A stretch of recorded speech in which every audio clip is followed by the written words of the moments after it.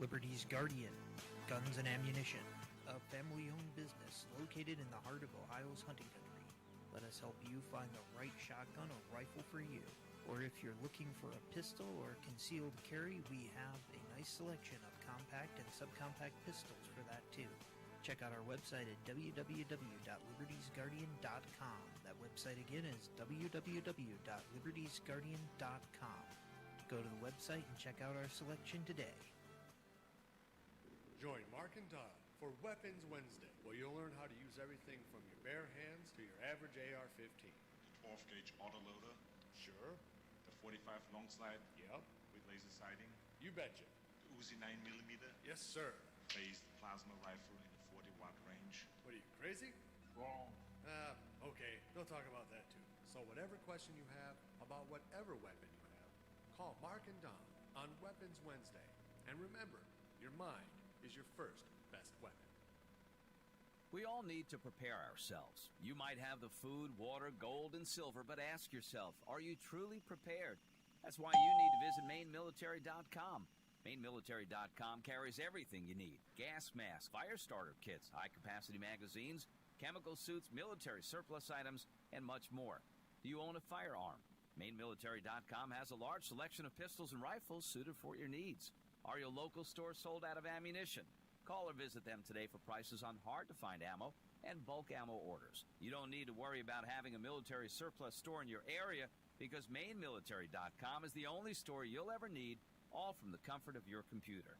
Visit them online today at MaineMilitary.com. That's Maine, like the state, military.com.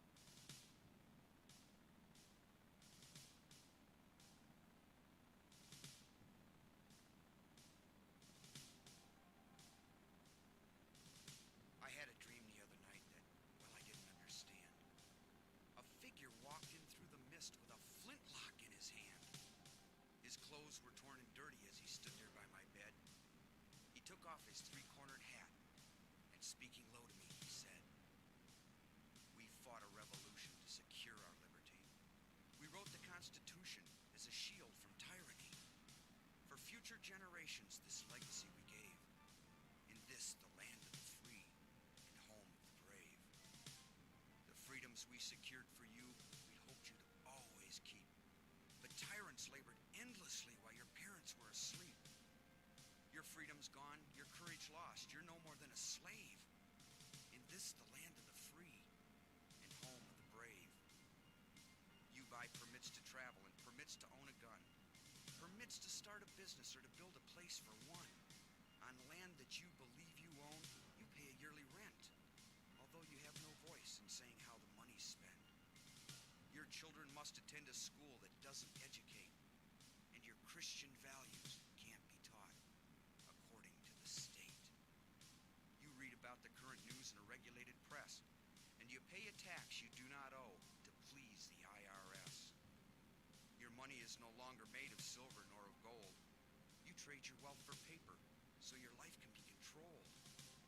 You pay for crimes that make our nation turn from God and shame. You've taken Satan's number. You've traded in your name. You've given government control to those who do you harm, so they could burn down churches and seize the family farm, and keep our country deep in debt, put men of God in jail, harass your fellow countrymen while corrupted courts prevail. Your public servants don't uphold the solemn oaths they've sworn. And your daughters visit doctors, so their children won't be born. Your leaders send artillery and guns to foreign shores, and send your sons to slaughter fighting other people's wars. Can you regain the freedoms for which we fought and died? Or don't you have the courage or the faith to stand with pride? And are there no more values for which you'll fight to save? Or do you wish your children to live in fear and be a slave? O sons of the Republic, arise, take a stand. Defend the Constitution, the supreme law of the land. Preserve our great republic and each God-given right. Pray to God to keep the torch of freedom burning bright. As I awoke, he'd vanished in the mist from whence he came. His words were true. We are not free, but we have ourselves to blame.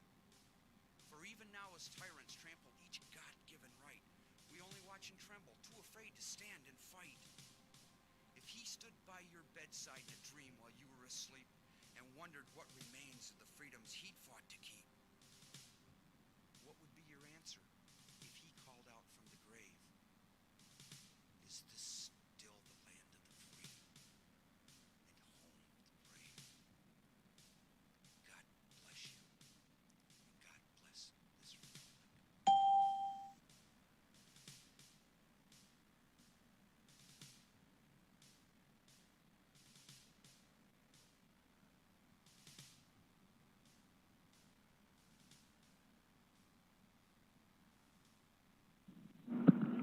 And good afternoon, ladies and gentlemen. This is the first hour of the afternoon intelligence report. I'm Mark Kornke. One day closer to victory for all of our brothers and sisters on and behind the lines in occupied territories, north, south, west, and southeast. Ladies and gentlemen, you are listening to us on Libertytreeradio.4mg.com, Liberty Tree Radio on YouTube, and we are on AM and FM micro stations, AM and FM conventional stations, and Ultra-Net, Hallmark, and Golden Spike Technologies east and west of the Mississippi, along with Alaska, and CB base station. 31 test is in another part of the state today. 31 permanent is actually staying right where it is, but 31 test. I want to say good afternoon to all of our friends out there. The mobile unit is doing a job. We're testing the area out for reception with the very system that's going to be installed in your backyard if you're listening right now. Anyway, good afternoon to all of our friends out there in Lower 49, which includes the great state of Jefferson, along with CONUS, the outlying two states, the territories, and the clock, 5:07 p.m. Eastern Standard Time. It is Weapons Wednesday. It is the 12th of August. It is the 12th year of open Fabian Socialist and Soviet Socialist occupation of America with a K, 2020 Old Earth calendar. Damn it, Jim. I'm a doctor, not a brick mason. Oh, but wait a minute. I fixed the mortar with some cement. I guess I better get into the trade. And 2020 year of the Dance of Swords. Everybody, yeah, we're heading towards the shipwreck. That is November. The November shipwreck, which, of course, will be first followed by, or I should say, preceded by, follow would be what happens in November. Don't forget we have the shoals of destruction with the October turnaround of cash with the parasite federal government, which will be, well, they're being told by the Jewish mob, the Israelis, telling them how much they're going to steal in digits this time around with the next quarter. That's why they're fighting over what they're doing. There's two rabbis fighting over a penny. That's really all that's left to argue over. And they're stretching it into copper wire for us. So we'll never see that penny. It won't go overseas either. But if we, trip one of them up, we can figure out what gauge we're going to get. 8, 10, 12. Oh, my God. They just keep pulling and pulling. They won't let go. Well, they aren't going to let go of your digits, so what's it going to be? So what do you want to bet? Should we start doing a pool? Will the Jewish mob steal and send right over to, Haifa and Tel Aviv 4 trillion, 5 trillion? Do you think the Jewish mob and the excrement will take 6 million? What do you think they're going to steal this time? And it'll go right out of the country, right overseas, and that's the beauty of digital and electronic, fiction. Before, they had to figure out how to get it onto an armored car or move it underground or get it onto a boat. But now, since you've let them go ultimate criminal, they just hit a key. And all of a sudden, they steal the digits from the country that would have made the country operate here so that they can be sloppy,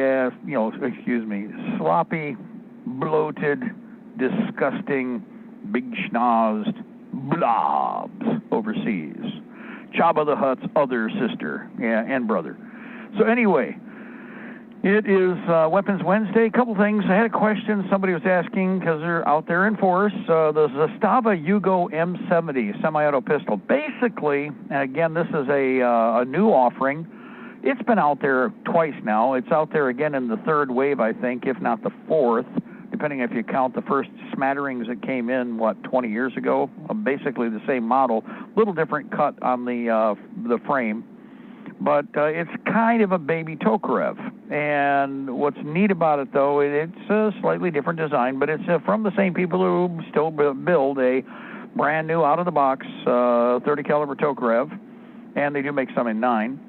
And the Zastava's very reliable. I doubt that they built this gun planning on making it fail for you. They're marketing weapons to try and make money, but they're also marketing weapons that work so they can make more money, so they're not going to be stupid. These are all steel guns. This one might be an alloy lower, but I have seen nothing to indicate that. I could be wrong. Slide me in the microphone. However, it is a 32 ACP pistol. Somebody was asking, well, why would you 32 ACP? Why are they doing that? Well, like in this country, we would say 38 Special, and people say, oh, cop gun. 32 ACP in Europe was the equivalent to, say, 38 Special in the United States for about 40, 50 years. In fact, there are still departments and still people where they make it mandatory that they're carrying a 32 ACP as their standard sidearm for personal defense and enforcement. Not many, because everybody's graduated up to some bigger caliber, so they feel more like European Dirty Harry. But a lot of 32 ACPs have been out there in all of the licensed hands. Everybody's a slave over there, worse than over here. And for all the peasants who, shaking a bush boss, the 32 is a very common personal defense or even standard closet / dresser drawer gun.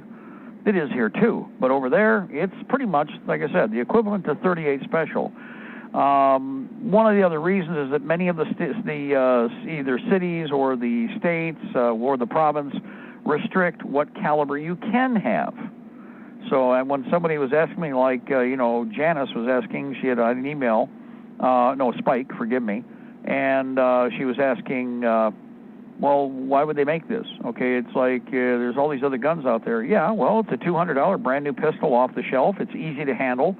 I do not know what kind of mainspring resistance there is, because it still probably is a pretty tight pistol to arm, and that's one of the things you need to take into consideration, because either women or older people typically are a lot of the people that buy these guns because they're in the right size range. They're comfortable to carry, comfortable to be out of the way.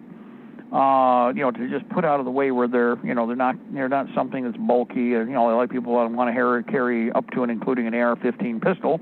They don't do that so much. Older people and ladies like to be a little more casual.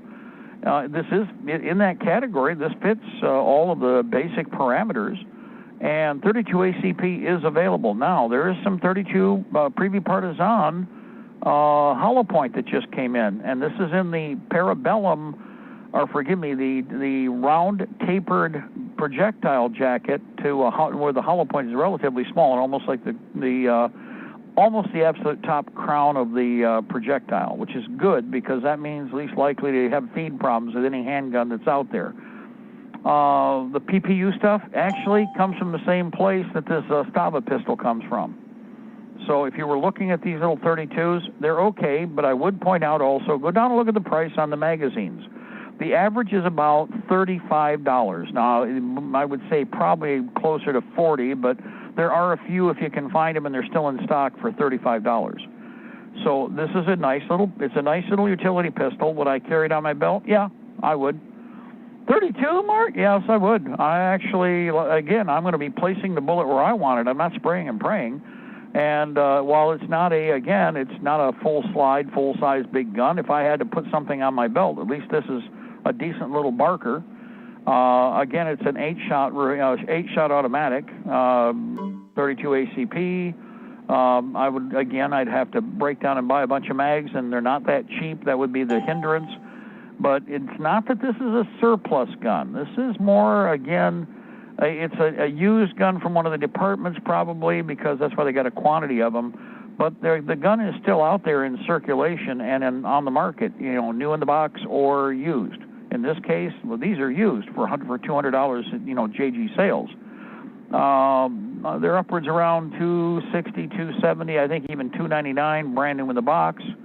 And then you can probably find a little better deal if you look around. But JG Sales is pretty consistent with the quality of their product and their ratings. They've been, in business and have demonstrated, good savvy when it comes to rating guns and, being involved in the market.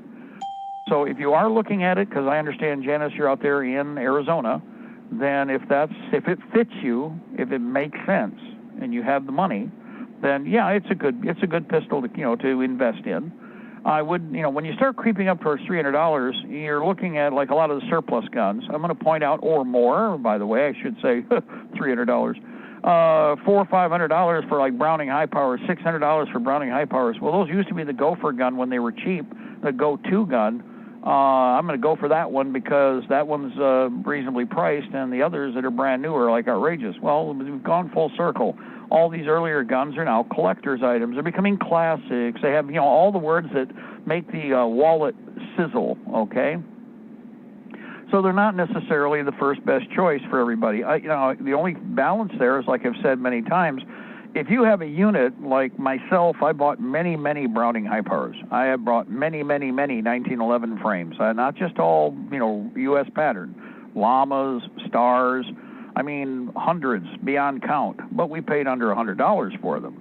And I had headhunters looking for them constantly. And those guns are pooled. In other words, the stars are all with the stars, the llamas are all with the llamas, the regular 1911s, no matter how ratty they are all together in one block. And that way the parts are interchangeable, parts are, available. Spare parts go with them too. Spare magazines were piled up the same way.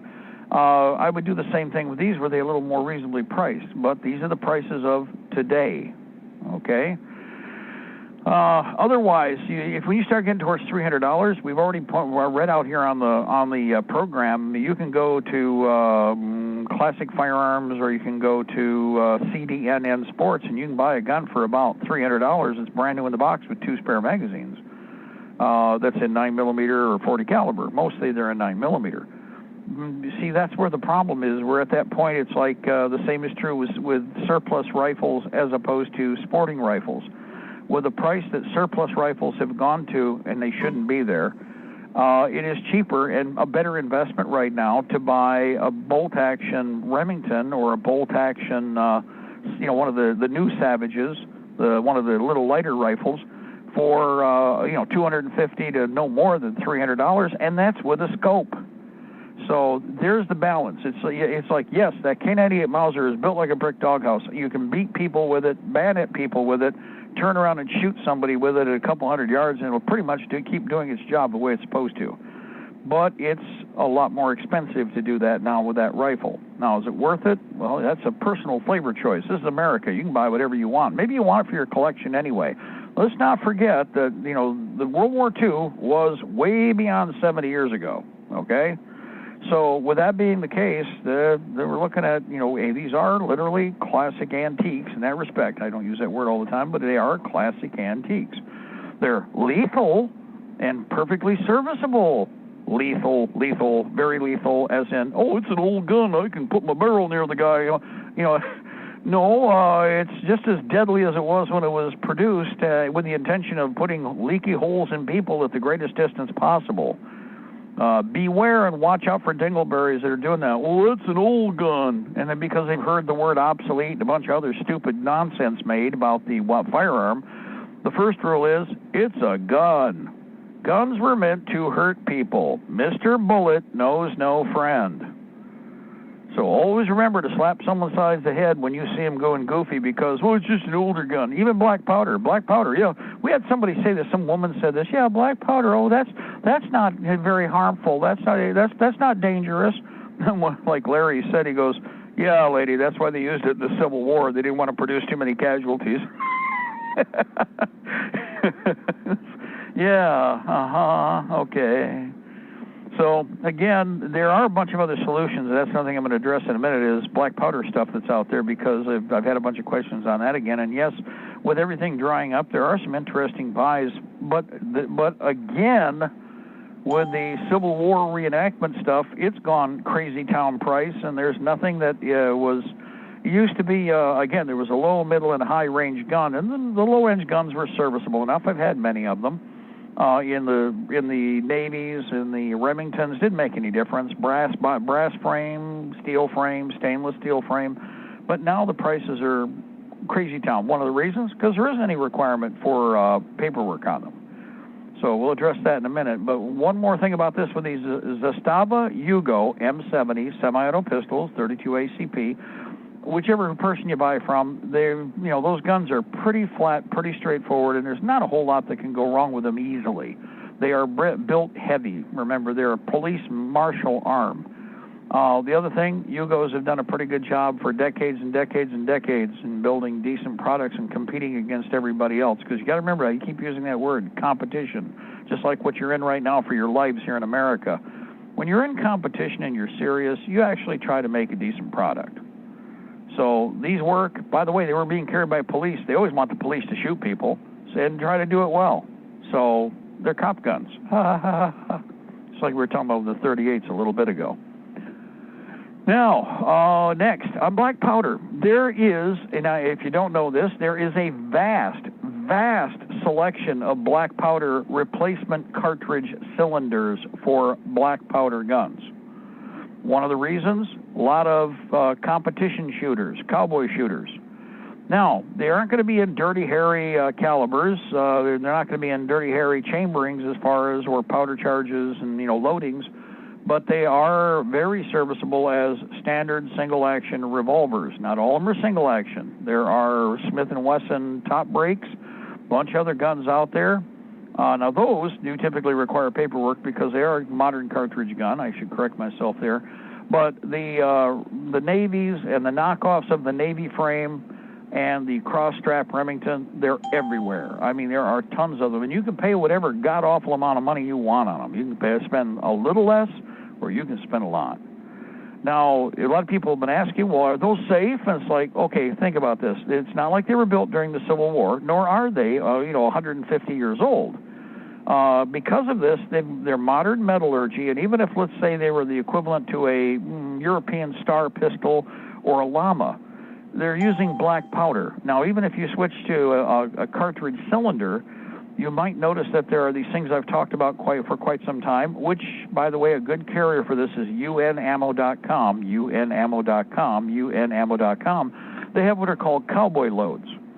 Now, they should be a lot cheaper because all the cowboy load is an undercharged powder charge with a standard primer, not a Magnum primer, and with a lead projectile. So what does that mean? Well, they're loading basically like a 38 wad cutter, only in 44 or 45, the equivalent to it, with a round ball, a rounded projectile rather than a step projectile, right? And yet they're more expensive typically than a standard 44 Remington Magnum load. You tell me how that works. That's goofy. But I'm sorry. I've had a problem with this right from the get-go.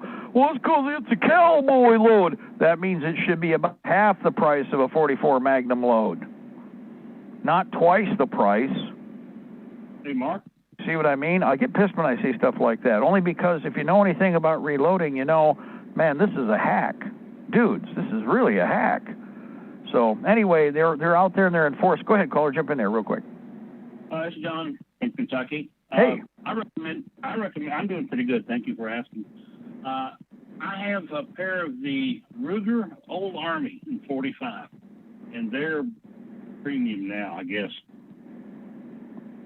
Oh yeah, if you've got any of the stuff that was made in the 60s, the most cautious thing. One thing you got to remember.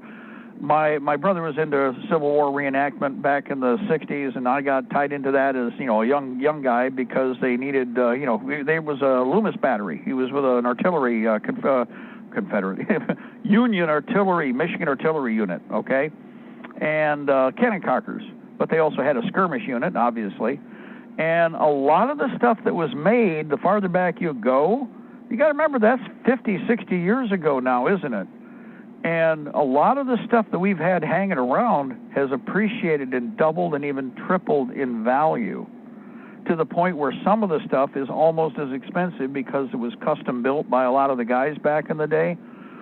So, even if, you certainly, I would still shoot it or whatever, but, with some of this stuff, unless it has real personal significance, some of the guns out there now, they're only made 600, 800, 1,000, 2,000 of the Enfield or Springfields, only so many thousands of the Navy, or like you said, the old Army model, the Remington brass or steel. And they're actually, because of the manufacturer, the gunsmith that made them, who typically was a tool and die man or a machinist, they're worth a big chunk of money now. So it depends on the manufacturer. And you can't really replace what you probably bought. How long have you had those? 25, 30 years. Yeah. It's made by Ruger. Oh, and the Ruger models are excellent. Well, any of the pistols are, but Rugers, that's just basically you've got modern steel. They thought those guns through completely. Those are actually one of the finest of the black powder pistols for their day, and I think you're riding up even now. That's about as good as you're going to get. I would never get rid of them. I would never sell them. And mine are in stainless. Excellent. Yeah. Yeah, that's what I was qualifying. Remember what I said earlier, brass, blue, or stainless? The Rugers were the stainless. Yep. Ruger made them in stainless and in blue. I cast my own conical bullets, and they're a 4.52, which is the same as a 45 ACP. Uh-huh. So I can use the bullets that I cast around those in the 45 ACP, and I can use them in the old Army. Ruger, sorry. That's okay. Ruger. There's a GER there somewhere. But, I do the same thing. It's fairly hard hitting. I think I'm using about 23 grains of 2F, and the number 11 camp. It's a formidable weapon. It's a little big. It's a little heavy, but when you look at it from a distance, it looks real big. Yeah, or if it's up close, you echo when you talk down the barrel. It's pointed at you. It is in 45 caliber. I like it. But anyway, I'll let you get back to what you were discussing. Well, the big advantage, now you've had it for 25 years, but that stainless makes a big difference for maintenance, doesn't it? Well, actually, I just wash it when I get done shooting. Give it a good soap and water scrub. Dishwasher safe. Dishwasher safe. Well, what you have to do with your black powder weapons, soap and water, hot soapy water, when you're done shooting, because you don't want to wash out all that, nasty stuff that causes rust. Yep. Recommend an extra set of nipples for the weapon. You're going to have it. Get a nipple wrench and at least one set of nipples, because they do wear down. They flatten on the end after several years. Yeah. Now, in some of the tools, you have the dressing tool for that reason. Remember, they used to have a dressing tool so you could extend the life of the nipples? Yes. And it actually had a conical reamer on one side, and then you flip the other end, and it had an internal, carving reamer to make sure that you took the flat out on the inside. And it would give you a little more time on those before you had to change them out. But and it's not a bad tool if you can find them, but it's kind of like trying to, the old chicken teeth routine. They made them years ago, but they just kind of disappeared. So it's a tool, if you introduced it, a lot of people go, hey, that's not a bad idea. And it wouldn't be difficult to make, probably even off existing machining inventory out there right now, because there's a number of different reamers and casers that are done for cleaning up. I was just having this conversation like 3 hours ago, for cleaning up, coarse ends on stock when you're doing certain machine work. And if you looked in the inventory, I'll bet you would be an orphan tool, because there's not that much. Not many people would use it, but the people that would use it would need it. So it's probably something you could find in the machine tool category. But it wouldn't be a bad idea. Now you got me in a project. I'm going to do that myself, because we were just talking to a tool company, many tool companies today. And the other thing, though, like you said, now again, with the nipples, you can get them stainless, or you can go with carbon, right? Yes, correct. And I go stainless where we can. So. Correct. Even with the older ones that the Army or the Navy, 1860, go with stainless if you can acquire it. Just increases the longevity of the weapon. Yes. Well, and again, that's another thing too. You mentioned like scrubbing and washing. A lot of the a lot of the weapons, there's a couple of different neutralizing sprays that they have. Don't just count on letting the gun sit. In fact, be religious. With black powder, as soon as you can, you clean. That's your religion. If you're committed to the gun, you know how it is. You've got one. You know, you don't want the thing sitting because it's a piece of precious metal. It's one of those things you can't replace it. And always remember, guys, we're going to get to the point where we're going to hit the wall here. When we hit the wall here, what you have is all you have, which is why everybody better get the maintenance and preventive maintenance religion bug real quick here. That's the part everybody is shallow on. So like you said, the spare set of nipples, that's like, guys, for anybody who's thinking about it, it's the same as if you have an automatic pistol, and I've said many times you need the spare extractor, spare ejector. With black powder, anything that's a perishable or consumable, buy multiples of right now. And then make up a little kit, or a cheat if you've got a rifle. Here's what you do. Get a carpenter who knows what he's doing, a wood board beaver. Or you can do it yourself if you know what you're doing. Create a hollow in the buttstock. Now, be careful. You don't want to carve out so much you weaken the side panels on the stock.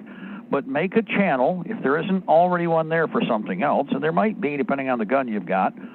And what you do is remove the butt plate, make a channel, take those spare parts, grease the living bejesus out of them, put them inside a small industrial bag or a tube. Fill the tube with grease, push them in and push them into the grease. Then put that tube in the buttstock, then put the screws back onto the plate, and guess what? The parts are always with the rifle, which is how it should be. It just makes sense. Go ahead. I'm sorry, jump in there. The nipple wrench is a T, so you're going to have to pound the lever, the T part. You got to separate. Right, you'll have to either take one and sacrifice it. The best way to do that, go to the gun shows. Everybody goes, well, the gun shows are kind of slow. Good. Go to the gun shows. It's a buyer's market. Go to anybody who's got a junk parts box and look for one of those where you've got some, it's kind of tired. And like you said, knock off the sides so you can put that into the containment tube or put that into into the channel with the tube that's got the spare parts. And that way you got a tool with you. And if you wanted to, you could even go one step farther, do a borehole through the same point where the T-bar was, where the crossbar was for your leverage, and insert a small steel bar, a piece of bar stock, so that it slides right through that hole and you've got something to work with. You have to assemble it, but basically what you're making is like a Chinese SKS toolkit, clean kit. Yes. Yeah, so... The patch box on the rifles wouldn't be big enough for much of anything. I know there's not much there on like the Kentuckys. I used to buy the snot out of those. And now even those used to be about $100. They ain't $100 anymore. So, but again, the caution there. If you could route, you probably could do a flat cut and not lose much, okay? But still, it can be accommodating. Then you might not use a tube. Then you just envelope and grease the stuff and slide it into the slot. Because the big thing is the grease. Just make sure that sucker is not sitting there bare metal, those parts. Go ahead. I'm sorry. I also shoot flint. I've got it's about $1,100 for a flint handmade rifle, and it's pretty nice. But you don't need a lot of spare parts other than, your block screwdriver and the spring compressor, and lots of flints. Lots of flints. And again, a fouling tool, but that's just a scraper. All that is to, pull the carbon away. Yeah, that goes in your that goes in your personal kit on the belt or your haversack, so. Well, shot pouch. Yep. And, but I've been shooting the black powder for a few years. The Pyrodex is the new powder, and the Pyrodex does not work very well in the flint. Yet you need to use the GoX real black powder. That's right. A lower flash point. The Pyrodex is a little higher, and it won't ignite from the flint. From the flashbang detonation. So it is an issue with the flint rifles of whatever model. Okay. But Powerdex can be used in any percussion rifle or handgun, pistol, for black powder. Right, so this gets back to the old story, like I've said, is prioritizing your materials so that you don't consume or try to consume something where it can be utilized in another area more efficiently. Prioritize the black powder for the weapons that are in need of. In other words, it is their first best choice for performance. And it doesn't mean you can't make it work otherwise, but you'd prefer first fire, first, ignition, as opposed to any kind of failure. Obviously, because if you were pointing something at someone, I'd be willing to bet you're probably trying to hurt them. And therefore, they're going to assume that you're trying to hurt them, and they're going to try to hurt you back. Yes. Well, you need with a stone rock, you need good ignition. You need a lot of sparks. And there's where a good quality lock comes into play. A good Fowler lock that gives you a lot of spark. And practice. You got to practice. Yeah, Daryl Civic was into, and still is, he's into black powder quite extensively. Yes. And in fact, if he's listening, he could even chime in today. Wouldn't mind hearing his voice. But that's one of the things that his niche is Rev War / War of 1812 era. Yeah. And he's got quite a decent collection and some really fine pieces that he's used for many years. Could I make a suggestion to the caller? Yep, go ahead, caller. One place is Dixie Gun Works.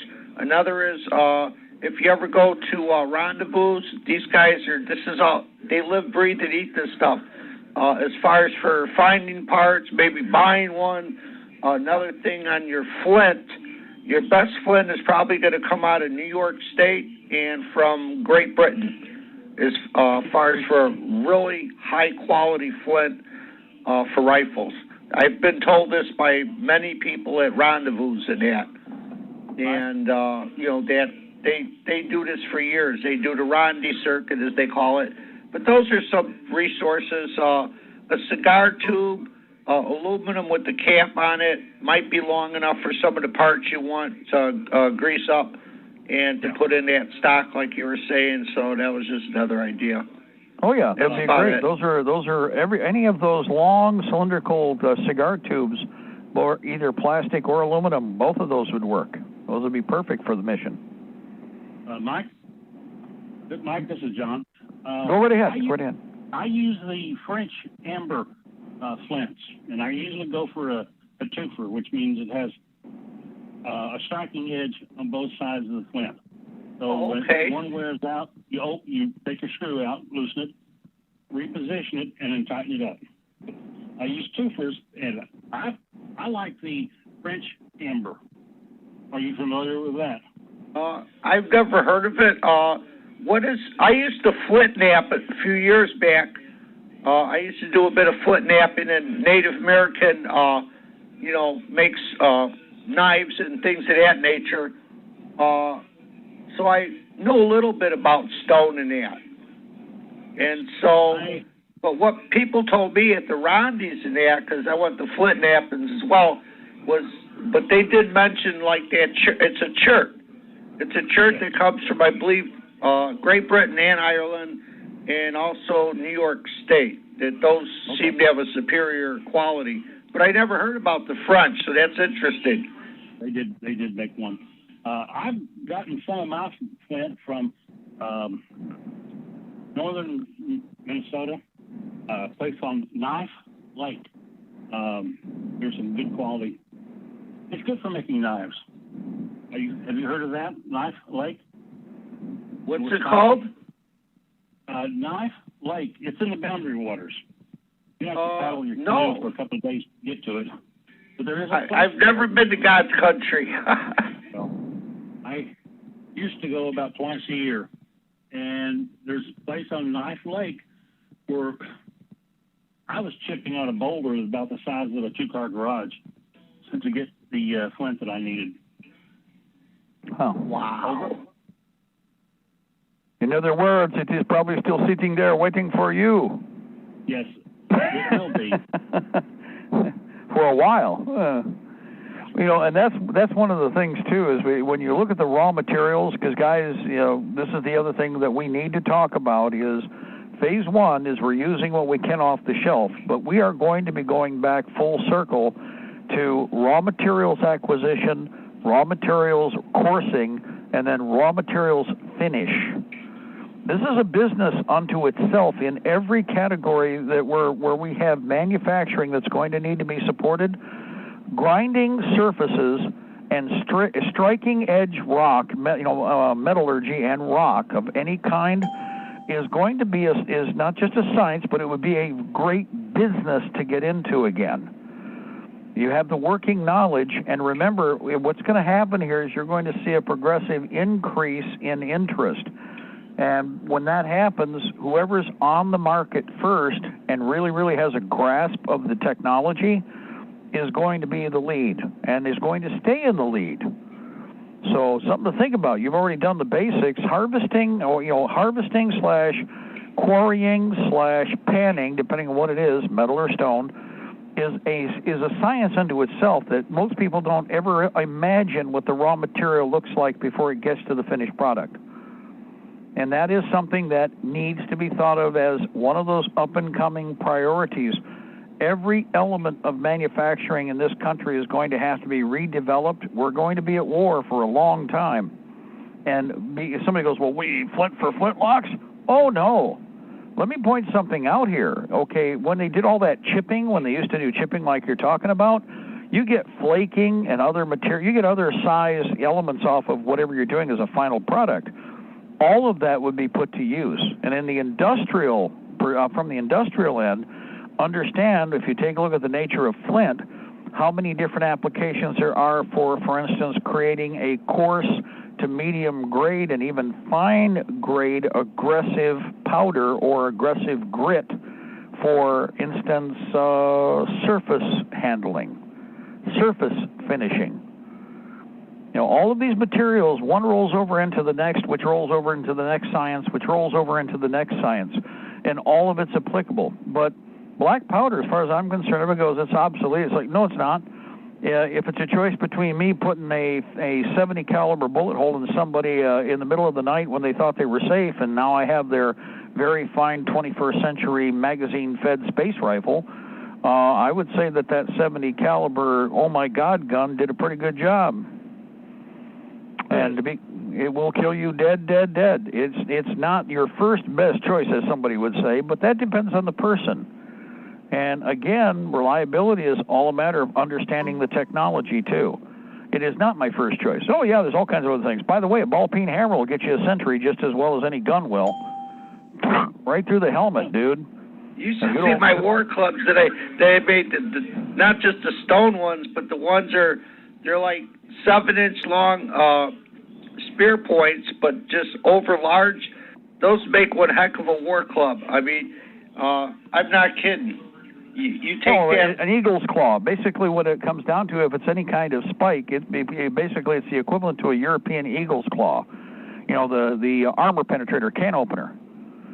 And it does just as well on bones and because it is stone. It'll break. Yeah. But you only need it once. You got the pointy end. The back end is blunt, more or less, but the front end's pointy. So you got two uses on it.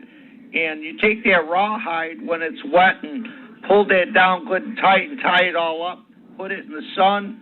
It ain't going nowhere. And so that's my World War IV collection. Right. Well, we're talking flintlock and war mallets. Think about it. I saved all my tools, so I have a pretty good tool bag of flint knapping tools, and 90% of them I made myself. And which is part of the process of flint knapping is you have to build your own toolkit. It's just, you can't just buy it off the shelf. You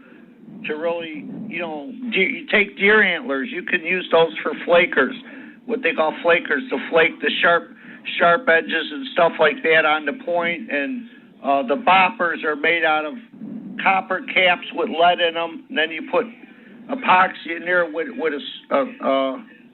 a pole, let it dry, and that's your percussion instrument to get your big flakes. And flakes you don't throw away. You get good flakes, you could skin a whole deer with one. I mean, and those things, They're sharp.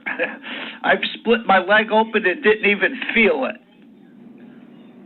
In other words, it will do the job of moving the meat from the carcass, or cutting a person quite nicely. I skinned a raccoon with a flake once, and I couldn't believe how good it worked. Honest to goodness. Oh, it was like using a razor blade. Okay, I heard another voice. Caller, go ahead and jump in there. Yeah, this is Fluffy. I was just going to say that you sure are right about cleaning the black powder.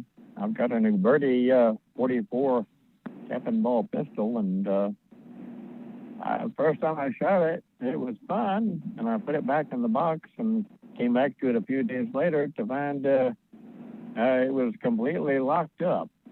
It was soaking that thing with break free and working it. It took a while to clean that back up to full usability. And another thing, they're getting to be real pests around here about wearing the dog muzzle, the mask. I ignore them as much as I can, but I had to let one hang from my ear while I was going down the hallway. Mess with them. Take one of those blue ones. They're giving you the blue ones, right? I got the white one right now. Oh, that's cool. But they're paper, right? Yeah. Take your utensil from the kitchen there when you get your next meal. Ask for them a couple because you want to make sure you always have one.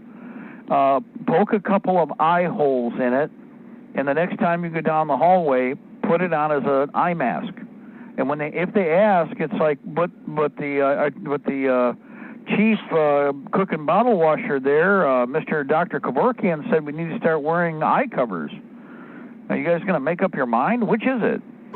Just confuse them. Wait to see how they respond. Yeah, I like that. I'll do that. Yeah, don't wear the face mask. Just wear it over your eyes. But cut the eye holes. You got to make sure you cut the eye holes. That way it's really obvious. And it's like, and act confused. It's like, well, I was watching television in my room, and Dr. Kevorkian said that we should be wearing eye protection. Which is it? Face? I mean, lower face? Upper face? What, are you supposed to cover our whole face now? I'm confused. I'm trying to follow the guidelines from Washington, D.C., the District of Criminals. Yeah, they probably want us to wear a whole full face mask now. Yeah. Total dehumanization. Yeah, I'm totally finished with that. There's too many people who already have the same attitude, but they're not sure how they should deal with this. And it's like I said, revolt. It is time to revolt. I am a rebel. As Don would say, you have to, in order for, you got to be a rebel. Okay, Jack Otto, got to be a rebel. I find them completely revolting anyway. Well, one thing that gets me about this is having been, I even challenged several, I didn't challenge, they were already thinking people, but it's like I pointed out, because one guy is, an aviation mechanic I was talking to today, and I said, how many PPE classes have you taken in your career?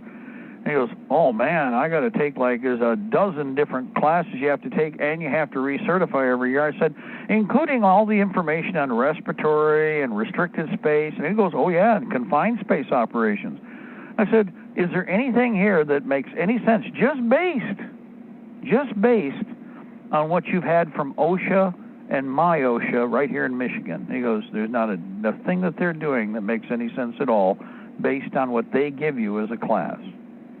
Not a single activity, nothing, period. That coffee filter means nothing.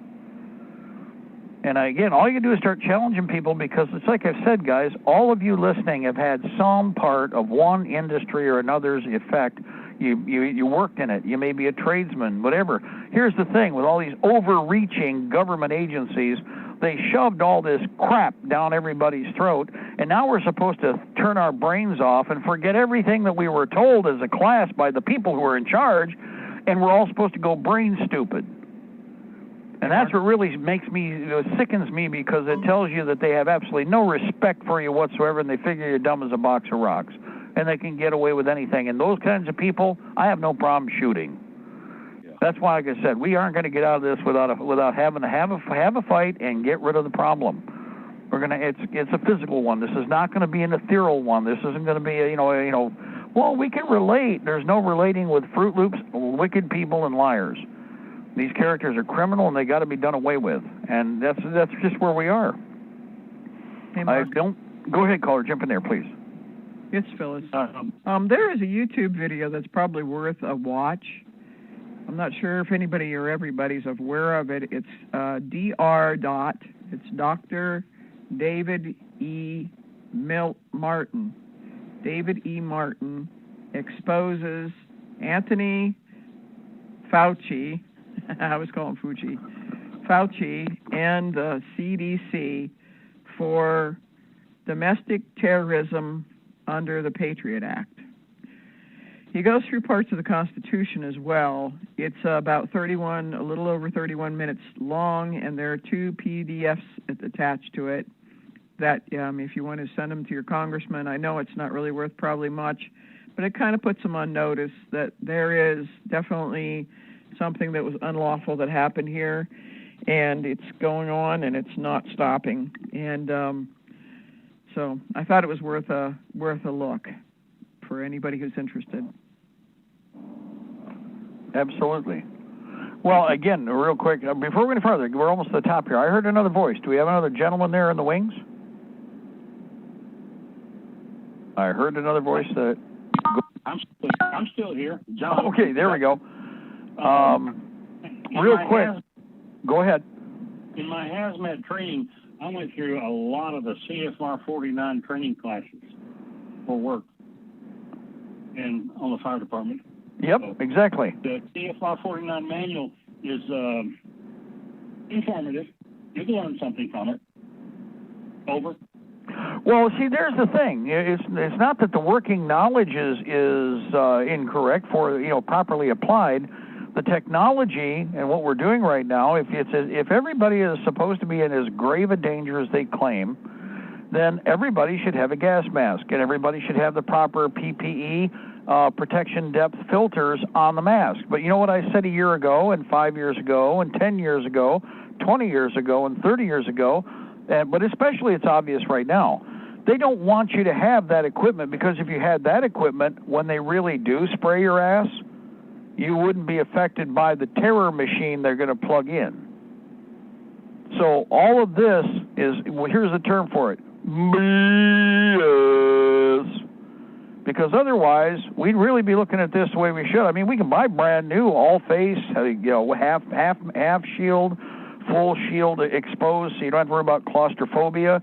There are hundreds of different models of PPE masks out there, and the full range of filters, up to and including stuff that'll stop the bubonic plague, are available. And anybody who doesn't think that this is true, I'll give you a Bible to go read. Go over to Grainger, the industrial supply company. It has, if you get one of their catalogs, it's a Bible. It's bigger than a Bible. It's bigger than a dictionary. Grainger catalog. And when you go in there, you can go to personal protective equipment, the whole section, and every kind of PPE technology from meters to gauges to air quality control, both monitoring and improving, and all kinds of everything from shields to filters to masks to bodysuits, gloves, booties, decontamination kits, decon bags, the whole 9 yards, guys. And you'll find a listing for filters. And if you look, you'll also find that they give you a complete and total description of every and any kind of filter that you would choose to purchase based upon your work environment. And people do handle cyanide, and people do handle all these horrible things that we're talking about to a degree in industrial use, industrial application. And for that reason, the stuff is all available over the counter. So again, why is it they aren't giving you the real, if we're really serious about this? Because when government wants to play knuckle-dragging, frothing at the mouth, crazy town, communist police state, you would all be protected just like their agents would be protected. So you get a coffee filter, because that way we can play the dog and pony show low-end police state and have all the little Fruit Loops coming at you.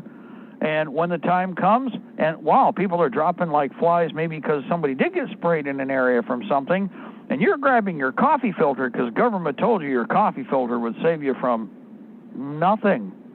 The coffee filter, it does nothing. Plop. Just a heads up, people.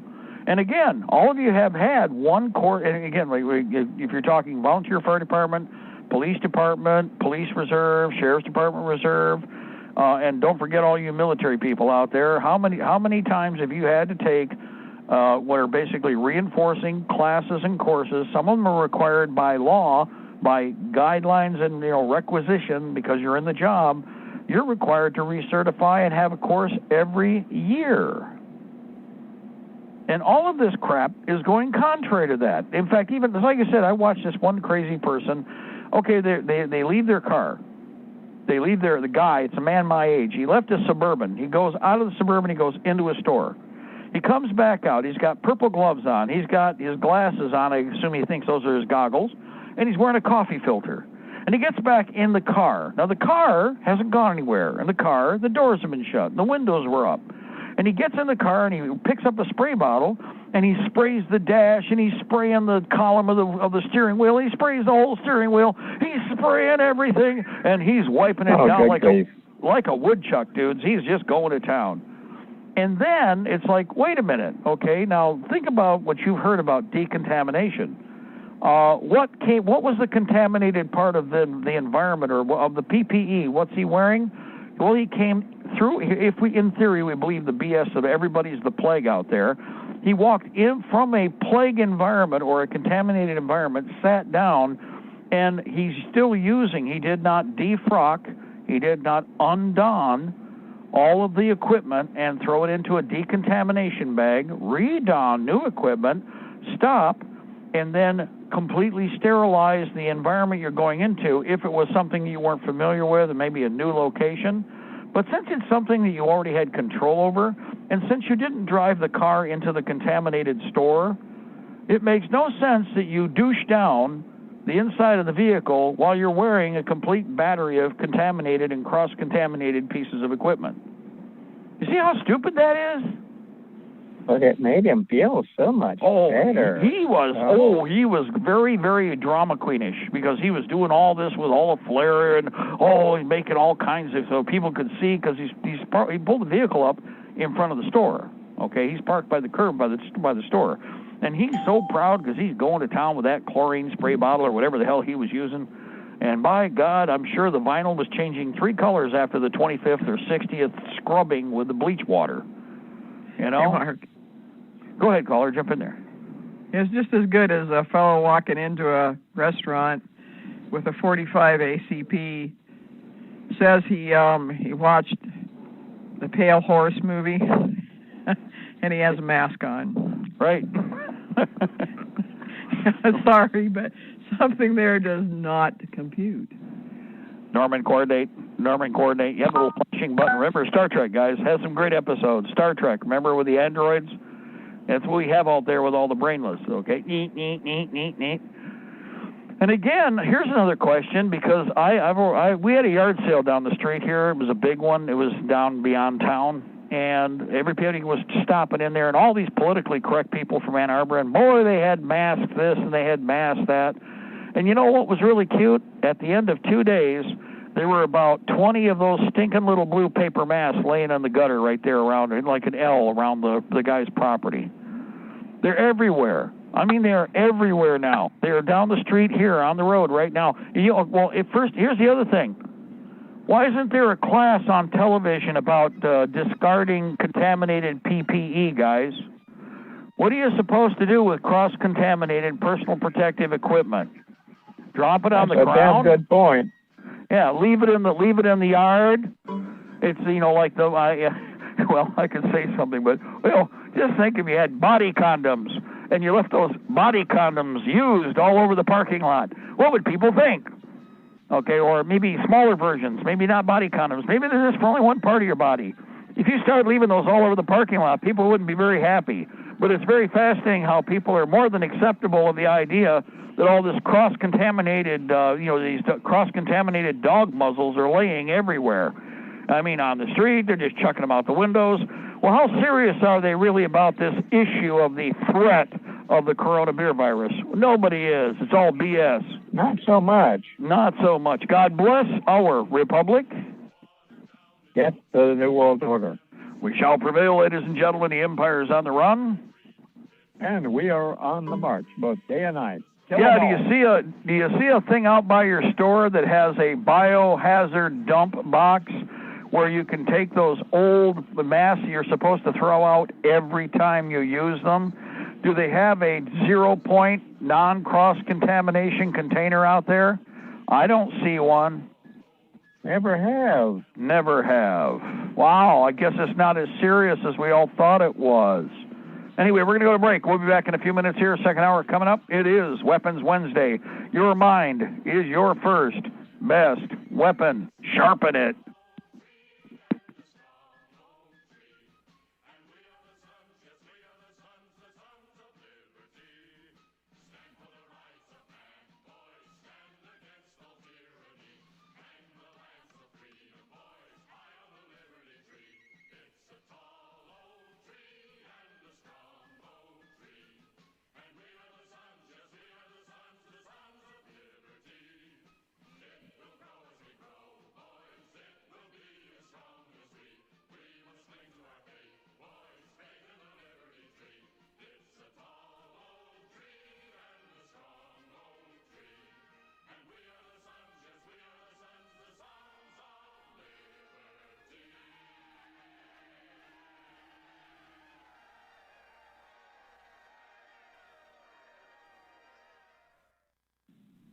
Liberty's Guardian, Guns and Ammunition, a family-owned business located in the heart of Ohio's hunting country.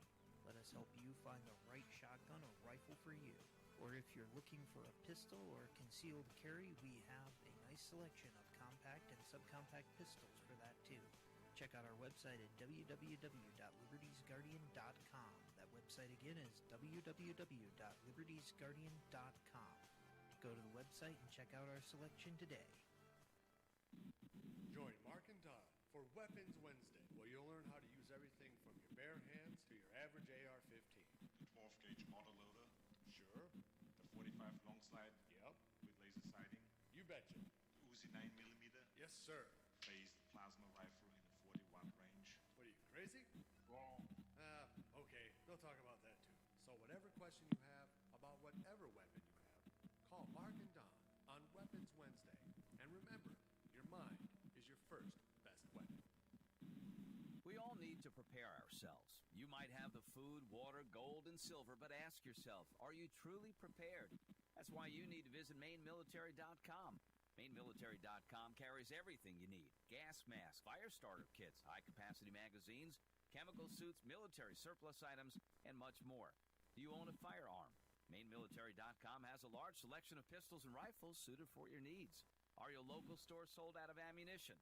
Call or visit them today for prices on hard-to-find ammo and bulk ammo orders. You don't need to worry about having a military surplus store in your area because MaineMilitary.com is the only store you'll ever need, all from the comfort of your computer. Visit them online today at MaineMilitary.com. That's Maine, like the state, military.com.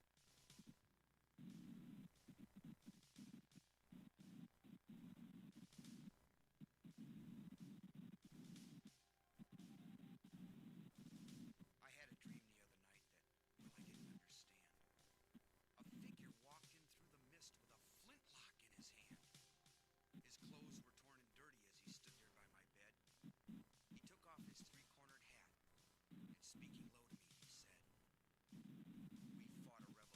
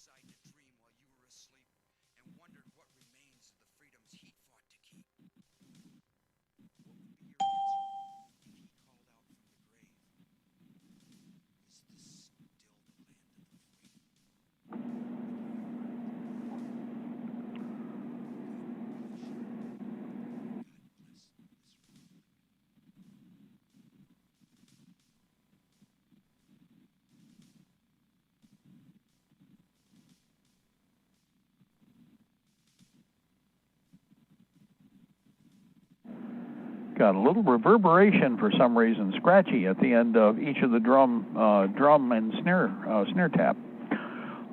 Good afternoon, ladies and gentlemen. This is the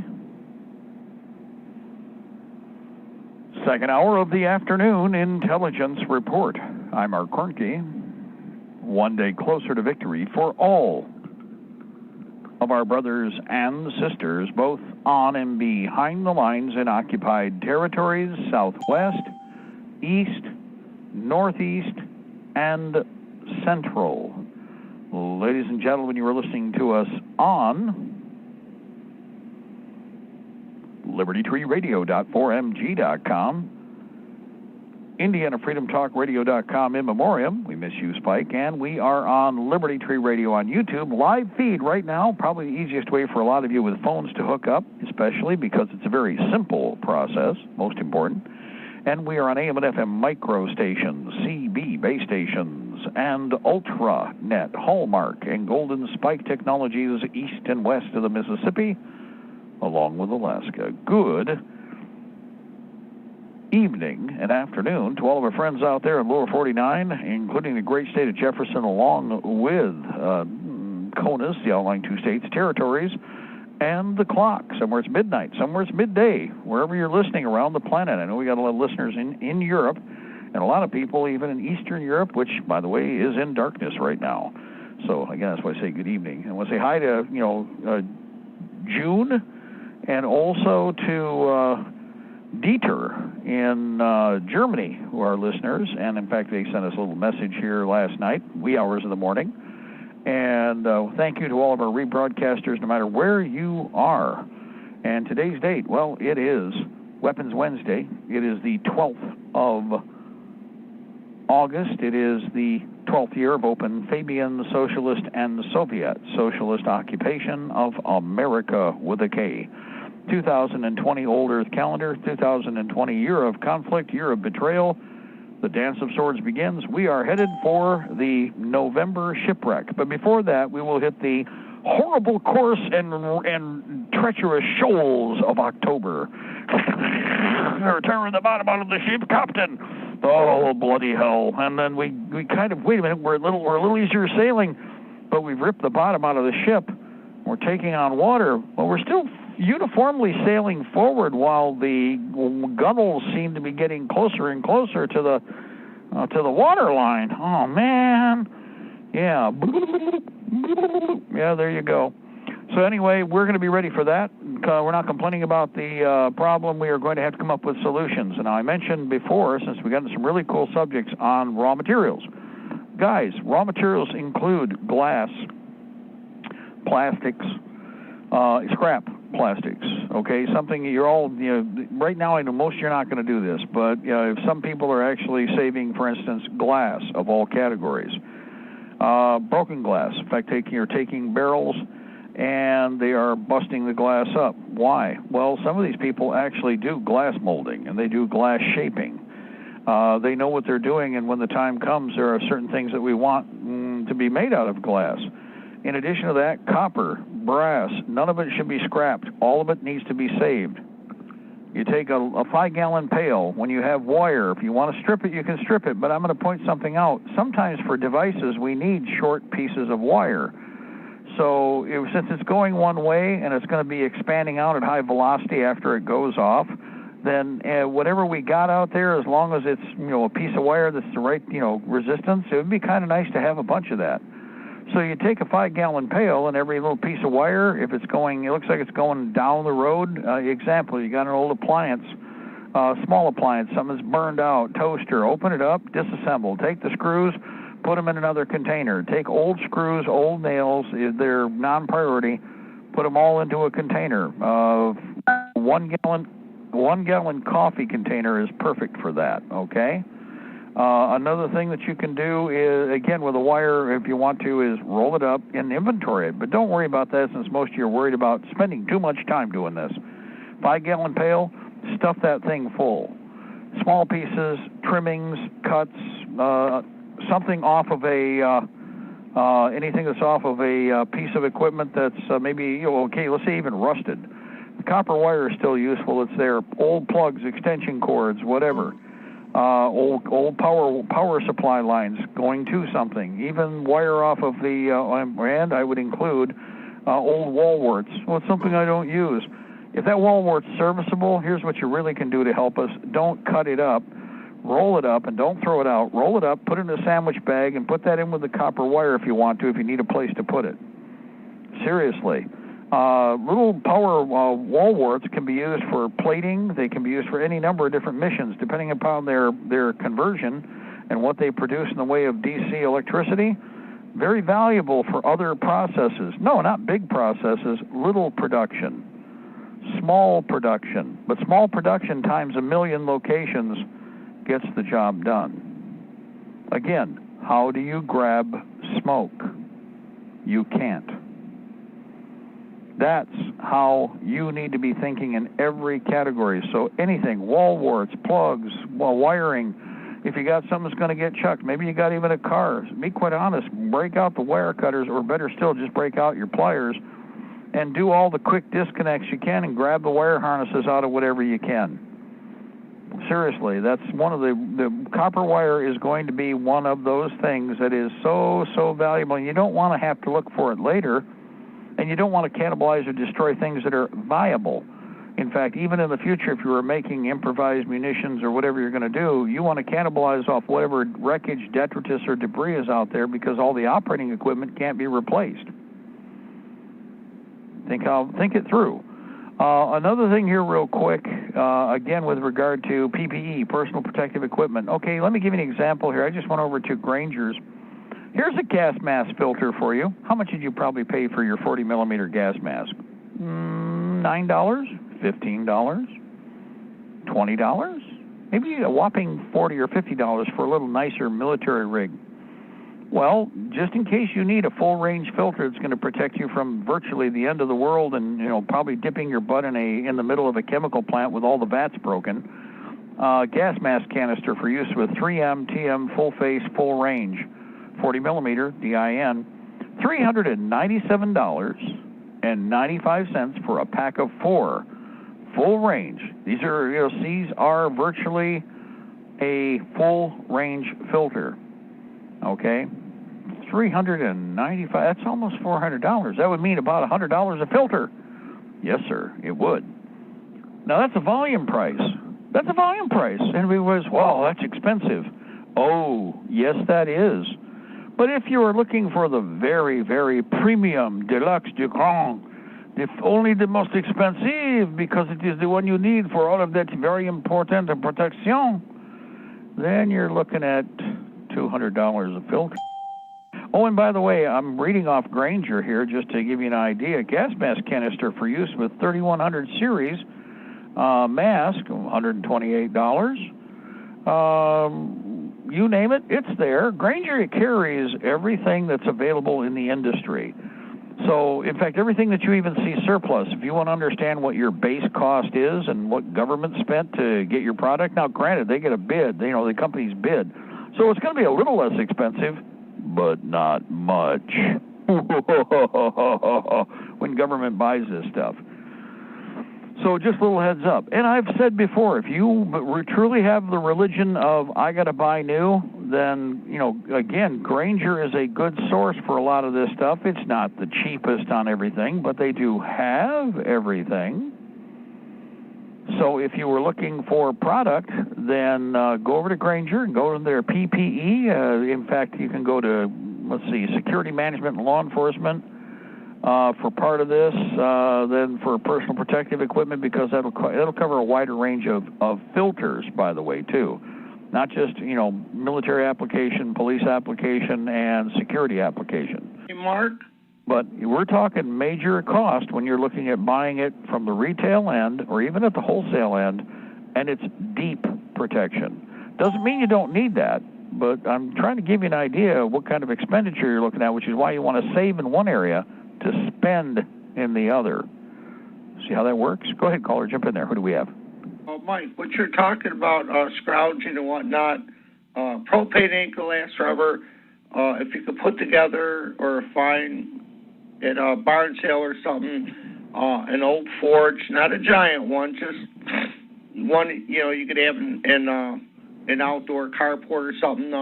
Another thing is tin knocking equipment, antique stores.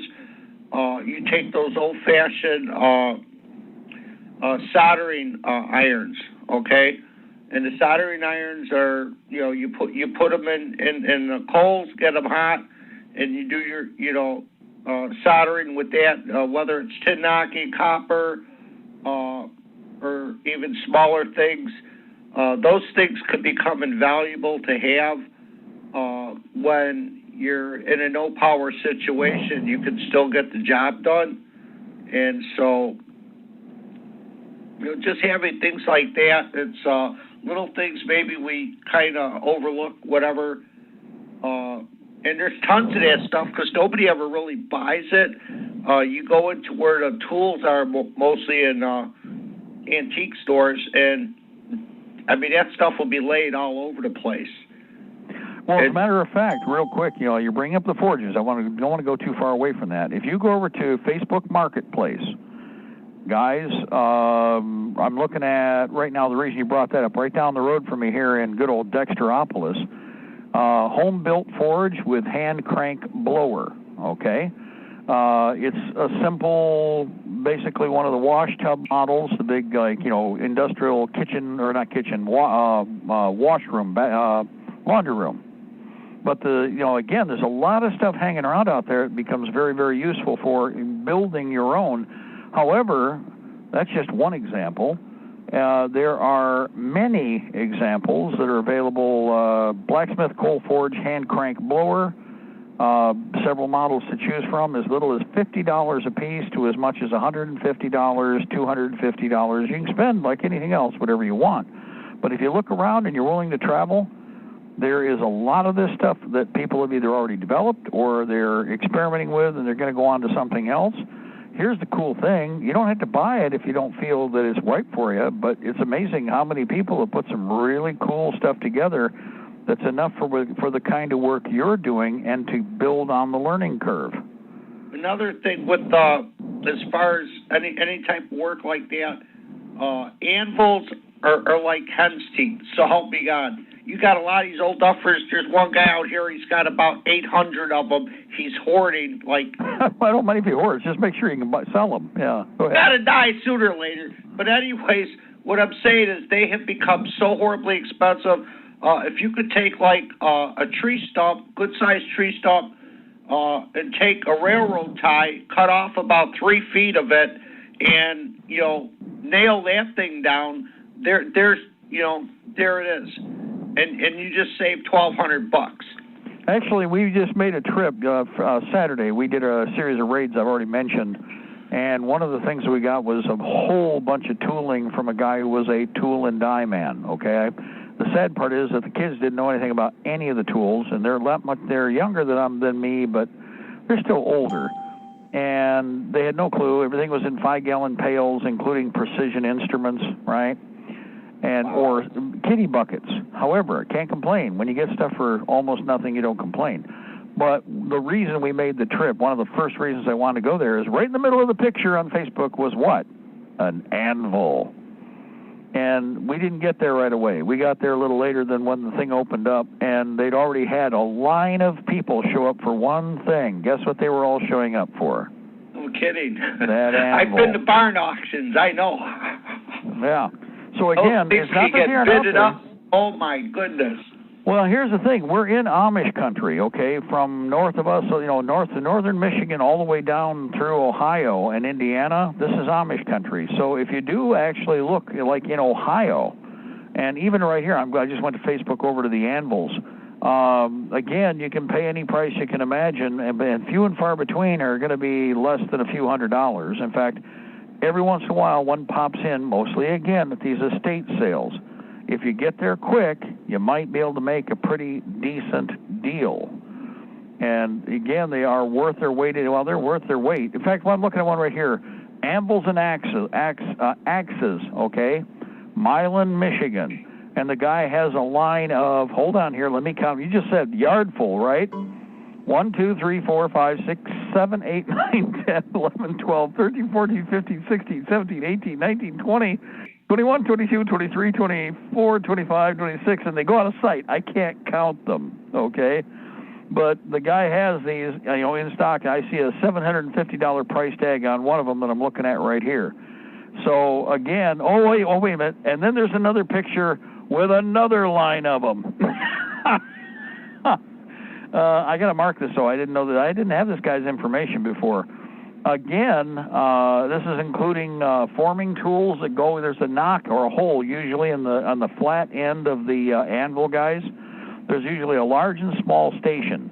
Those are built for inserting other forming tools, forming basically anvil or mandrels, depending on what it is you're doing. Those are the hard things to find. I mean, you could find an anvil anytime, but when you try to find the little pieces that you put in there, like you said, that are sharp, like a splitter, I have 2 pieces, and it took over a year of hunting in, what do you call the deal, the antique stores to find just those, because I have a 70-pound anvil. It's a little bitty one. Yeah, this guy has carousel racks of forge tools. Yeah, and you definitely want the tools and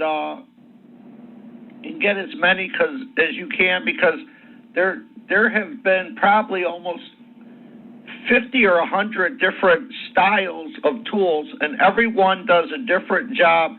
Getting an antique type book on blacksmithing that tells you, unless you can find a blacksmith and bring about 3-4 buckets of those, okay, lay them out. What are these for? Because everyone has a different purpose. I have about 20, and it took a long time to get them, but I have about 20. And like I said, everyone is from holding pipes to holding something that's square to just holding something down. Then you got another tool you slip into the anvil, and that it's like a stay fast, and it'll hold a piece of steel down for you if you ain't got a second guy to work with. Because there's a lot of stuff in blacksmithing you actually need 2 men. It's just how it is, and so those stays help and things like that. So not to get on a tangent or nothing. I just wanted to throw it out there, though. Well, one of the things now you got to use for all that coal in your backyard. Right. Well, that's the other thing. Don't forget, guys, and that's another tie into this. People are asking, why would you need an anvil? Guys, a lot. In fact, you know what? Building AK receivers or building, the tools, parts, pieces, and assemblies or support items for a lot of the equipment we have. Anvils and forming tools are priceless. They are things that we need and force. Like I said, we need 1,000 workshops, micro foundries, forges, tool rooms everywhere, people. But with a certain handful of tools, there isn't anything that we can't build. And Mark, another thing with anvils, when you go to buy one, take a hammer with you and bang that thing once really hard. If that thing has a dull pitch, it's what it is cast iron with just like a sheeting, and they rub it all together so it actually looks like it's all steel. It's got a steel top, but all the rest of it is cast iron. That's no good. But if it makes a really sharp ring like that hurts your ears almost, that's a good anvil. That's solid steel. And so that's another thing to look for when you're getting one. And the British ones were, for whatever reason, and there are different styles on the nose in that. So for different types of work, British varied a little bit from American style. And so one good thing is a Sears. You get a Sears catalog. It's a reprint, 1907, I think. I have one. And the amount of blacksmithing tools that Sears sold was ridiculous. And you can get, it's got the pictures and it tells you what they are in there. Okay, one of the things to remember. Tool, and it'll say this is that, this is that. So, and that's a little bit of a help too. Real quick, before we further, did I hear another voice? Do we have another caller? Yes, you did. John. Jump in there. Go ahead, please. Again, that hole is called a Hardy. A Hardy, Thank okay. You. Hardy, and Harbor Freight used to carry a 55-pound anvil. The horn on it is kind of blunt. It's not great, but it will work in a pinch. 55 pounds, and it's around $65. It's the starting point, but it did not come with any Hardys. I have one of the anvils, and I've made several of my Hardys. It's about a 1-inch, 3/7/8 inch square hole, and you just find some stock and, well, make it work. Over. Excellent. There you go. As a matter of fact, one of the things that, I'll give you a heads up on this. If you go to, I don't know how, again, for everybody, if you're listening, you may not be close, but Ottawa, Ohio, 45875. That's the area where this particular cache is located. And files, rasp, and anvils. If you punch that in if you go to Facebook Marketplace and you punch in files, space, rasps, space, anvils, and this is being offered by Andrew Palt, or Palte, depending on how you pronounce it, Palte, and they could be Palt, and the E is silent, could be Palte, and it could be Italian. But however it is, and however it's pronounced, Andrew has a lot of stuff available. So much so that, again, probably anything that'll float your boat in handling and molding and working steel and iron, mandrels for doing rings, conicals, everything you can think of, rasps of any coarse grade or any fine grade, and it's just whatever you can imagine there. So when you're in Amish country, this is stuff collected from old farms, old sites, stock somebody has decided they didn't have an interest in. Somebody needs money. Half the time, some of them are played out. Some of them are worked out. Because, guys, some of these people use these are tools that are seriously used. So it's purely a matter of, what's everybody done with them. In some cases, now you can do I see one of them here. It's called redressing with a cross strap, and it's done on the top of the anvil. I've seen a guy do this years ago one of my teachers, as a matter of fact, one of my instructors in steel. And example, taking and breathing a little life into what is a tired piece of equipment because it's been beat to snot. It happens. It's just, nothing lasts forever. Well, you can do this, and you can actually develop or do this yourself if you want to save some money, and depending on the level or the depth of the work that you're doing. I'm looking for more of these to restation in other locations, and I'm looking for a quantity price. I'm looking for a number of them. And then the anvils will be distributed with the machine shops. And that way, again, every shop is, we're taking stuff that is going from the estate sales and all these property disposal points, and it's being redistributed so that you can walk in and you don't have to take anything other than your prints and, your blueprints or your model sketches and go to town. You might want to bring a few extra detail tools if you've got something, and that's why, as a tradesman, you need to have your tools in a mobile configuration. But the idea behind this is answers and solutions to what is going to be this bug splat that we're having in October and November. October will be the beginning of the money squash, where everybody's going to find out what all of this garbage with all of these communists doing to America, what the international kosher bankers have done to America. It's going to hit in October. That will be very apparent. This whole discussion about what's going on with this next supposed relief package, you didn't get any relief. None of you did. There was no relief provided to any of you, but $7 trillion was stolen from the United States with this first scam, and it was done in digit form. So we've warned everybody about cashless society. You know what you get? Bank robbery of the nation, and that's exactly what happened. All that Trump's people are trying to figure out, all the skanks behind him, they're trying to figure out how much in the way of digits they can steal from the next cycle, and that's what the oi boys are all fighting over in Washington in Congress. That's what they're fighting over. How much are we going to get away with? I want a chunk of this. I want a chunk of that. How dare you think that you're not going to give me $1 trillion? I deserve $1 trillion too. Oi. And then it'll get moved out of the country. Well, that's all operating digits that make the system work, and they know this. And what's going to happen is that we're going to hit this wall. Well, whoever's ready for this first asbestos and is ignoring all the drama queen crap from the coronavirus garbage, as far as getting entangled, we'll mention it and we understand it, and this is why you should be disgusted with it now. Since you're disgusted with it, what are we going to do to deal with this? How are we going to deal with the traitors? How are we going to deal with our enemies? Well, we're going to need manufacturing in every category. Go ahead, caller, jump in there, please. I'll be quick. I wanted to go back to the blacksmithing and anvils and everything.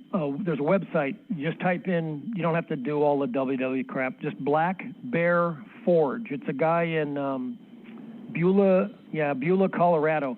And you want to learn a lot, see a lot, and he makes tools.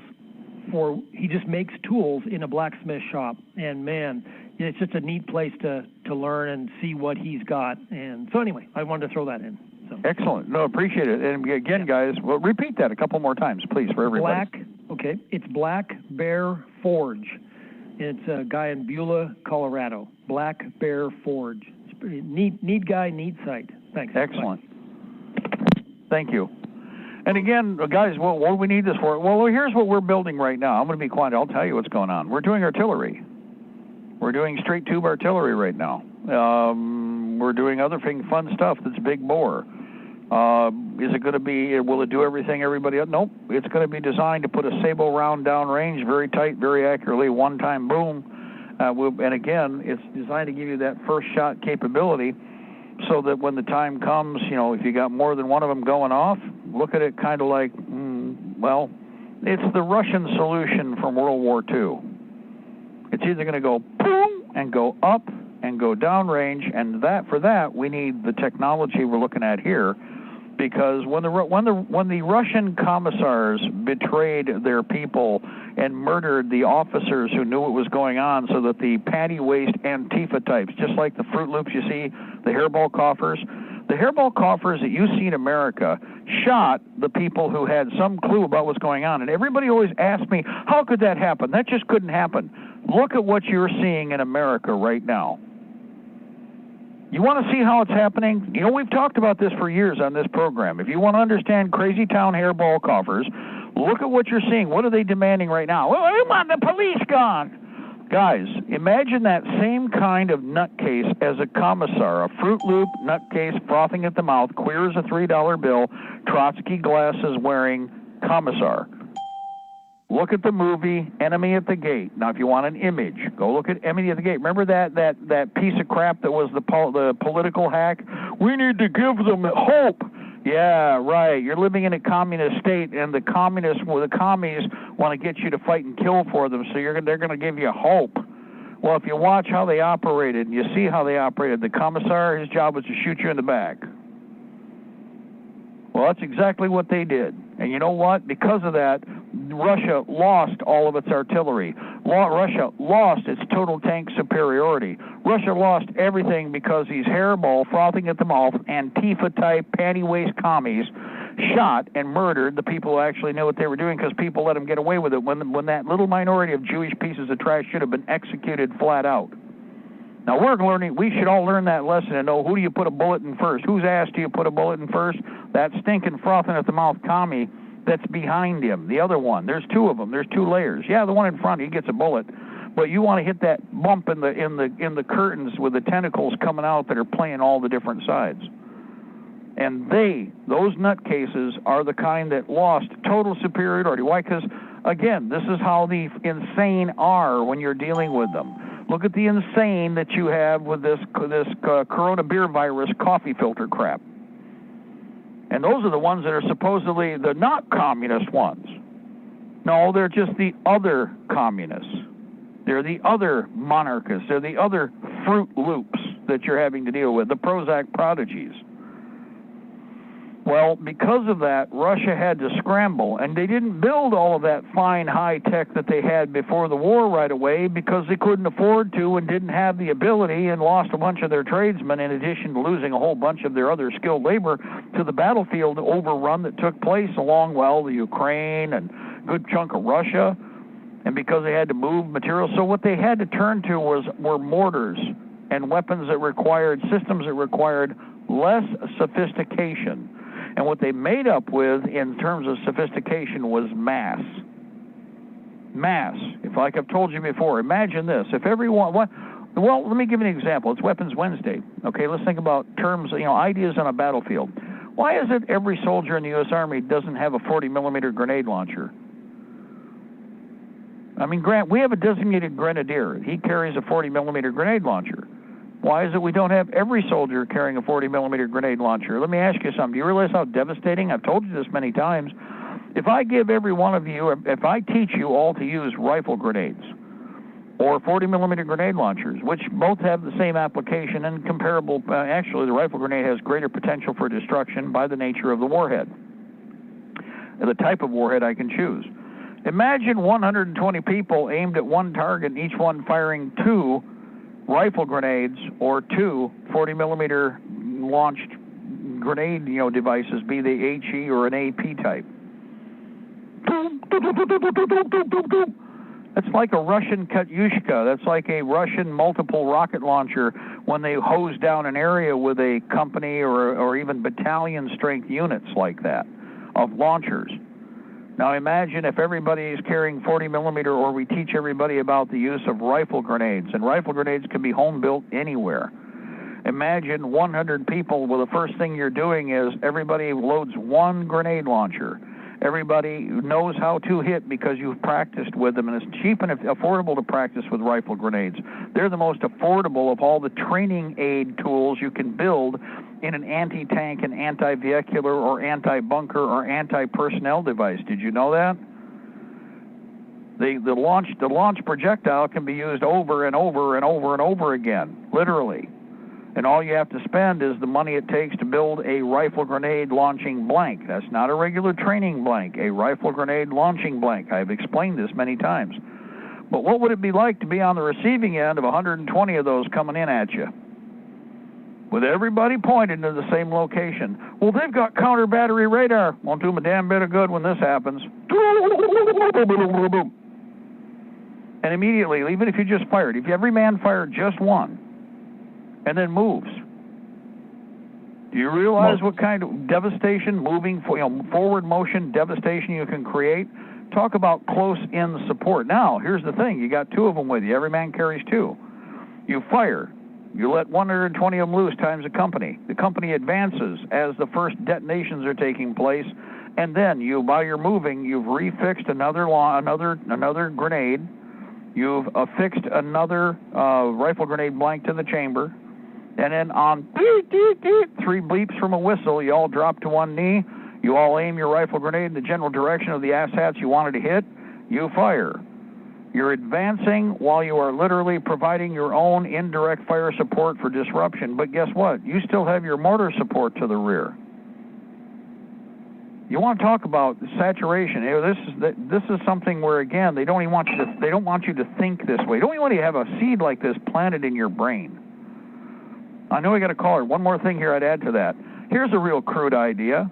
What if you make basically a punt gun version of a rifle grenade launcher? Instead of launching it off of the weapon, what if you reverse the concept of how you use a rifle grenade? What if and it's not disposable.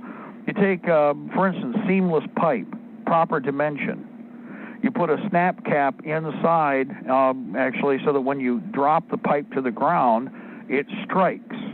It activates the primer on the blank. The blank goes down the tube, 3-4 foot piece of pipe. The grenade is seated appropriately with a spring retainer on the end of that pipe. Every time you drop it, boom, it goes off and goes down range. Wow, that's like a poor man's mobile mortar. And it's a lot cheaper to make than a mortar. Mortars are cheap enough. This is even cheaper. Boom. In fact, you fire and drop it.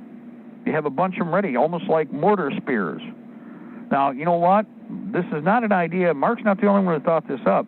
Go look at the German idea of this that they had here about 1984, 1985. And apparently they implemented this with what was a throwaway mortar system. Now, my idea isn't going to be throwaway. I'm going to just drop it and keep moving. Guess what? We're going to recover that as we can, but otherwise we build more. Think about that. Anyway, I heard a voice. We have a patient caller. Go ahead. Jump in there, please. Shelby from Oklahoma. I was just going to reinforce what you were talking about the rifle grenades. I was reading a while back in a Vietnam personal account book, because I like to read a lot of Vietnam personal stories.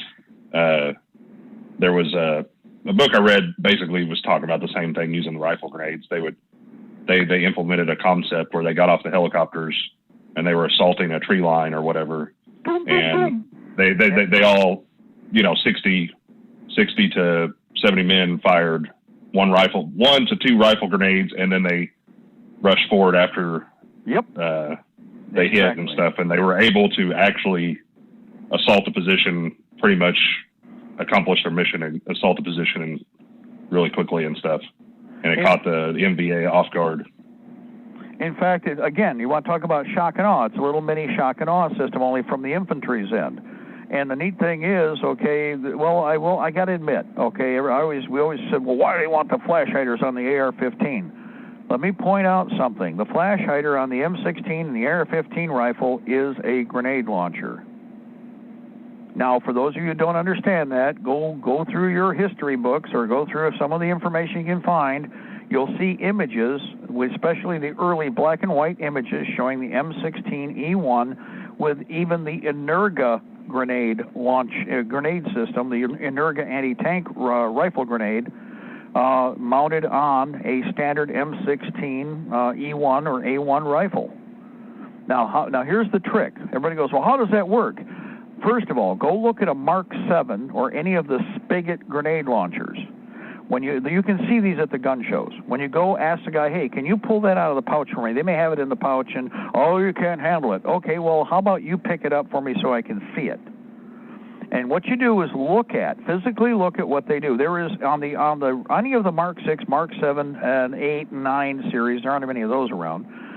Any of those Spigot type launchers, there is a perforation cut, a channel cut around the circumference of the launch spigot, and inside it you will see what is a very fine coil spring.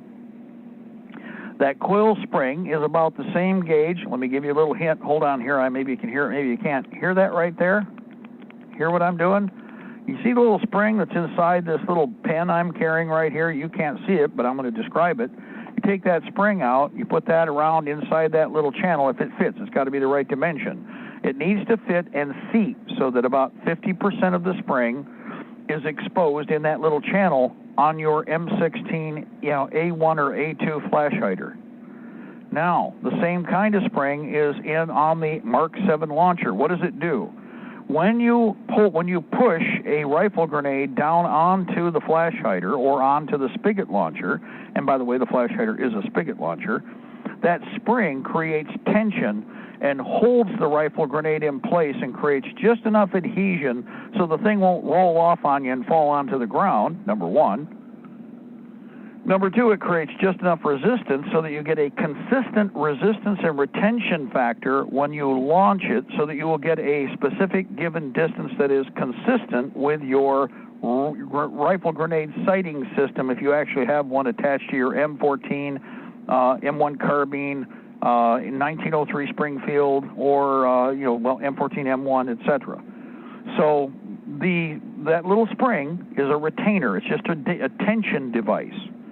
And what it does, it allows you to also take advantage, if you're using the Mark series of spigot launchers, you will notice that there are range indicators. Now, if you're trying to figure out how can I make my M16 do the same thing, here's what you do. Just so you got an idea of how far you seat the grenade, whatever you're going to use, because this includes flares. You take a Mark 7 and lay it next to your gun. Lay it next to an AR. At the gun shows you can do this. We actually should do this as something that should be mapped out. You calibrate how deep you're going to seat your rifle grenade based on the same depth indicator that was used with the Mark 7 launcher. In other words, the spigot launcher, which is looks like a big silencer. Well, it's not a big tube. It's actually only the diameter of your standard AR-15 in terms of, the circumference of it is the same dimension as the Mark 7 launcher for the M16 flash hider. By the way, the G3 rifle grenade, the G3 flash hider is the same, and several of the FN-FAL flash hiders serve the exact same purpose, and many of them are very obvious because they even have the spigot identifiers on them, the range indicators.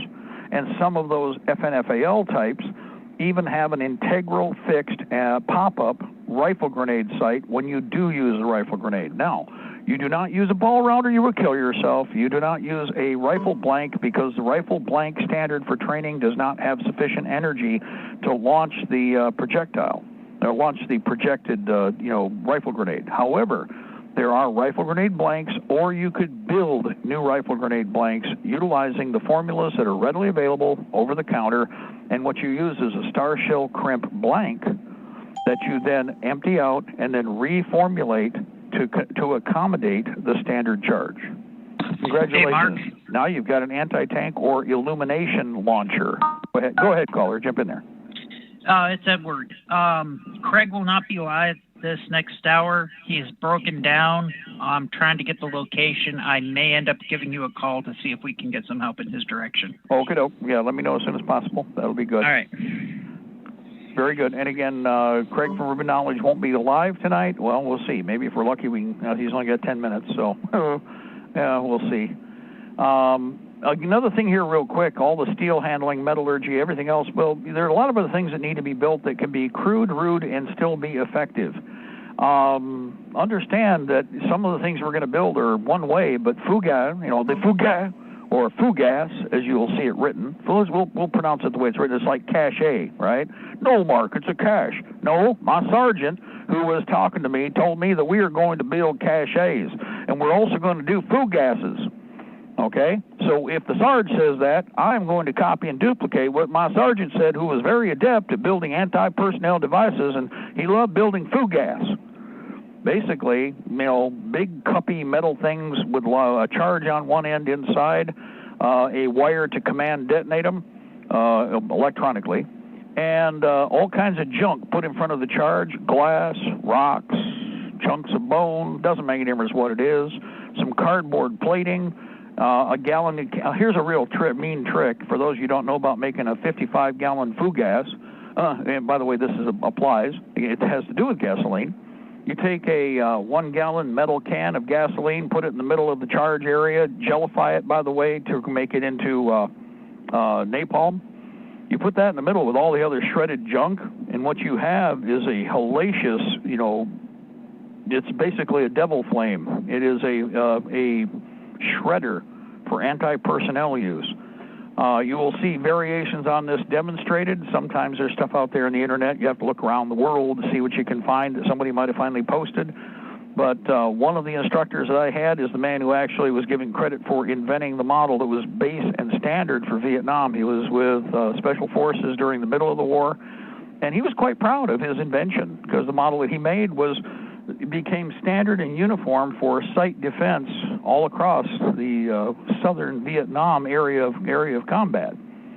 So just a little heads up. And again, one of the secrets to his formula, one of his favorite little components was to take a steel, one of those metal 1-gallon cans. Remember the ones that are rectangular? You find paint thinner. You can buy them at the paint stores. They still offer them. And the really cool thing is they're even better than the old ones because they have a better seal. So when you put them in there, nothing ethers off. So all of the material that you put in the can, you put that child-proof lid on it. You screw it down. You put that in the middle of that 55-gallon barrel in front of the charge, which is horizontally mounted. It's facing out and in front of you, front towards enemy. And, oh, my God. In fact, Mark, it's quite impressive and an improvised tool. Go ahead. We got Ed.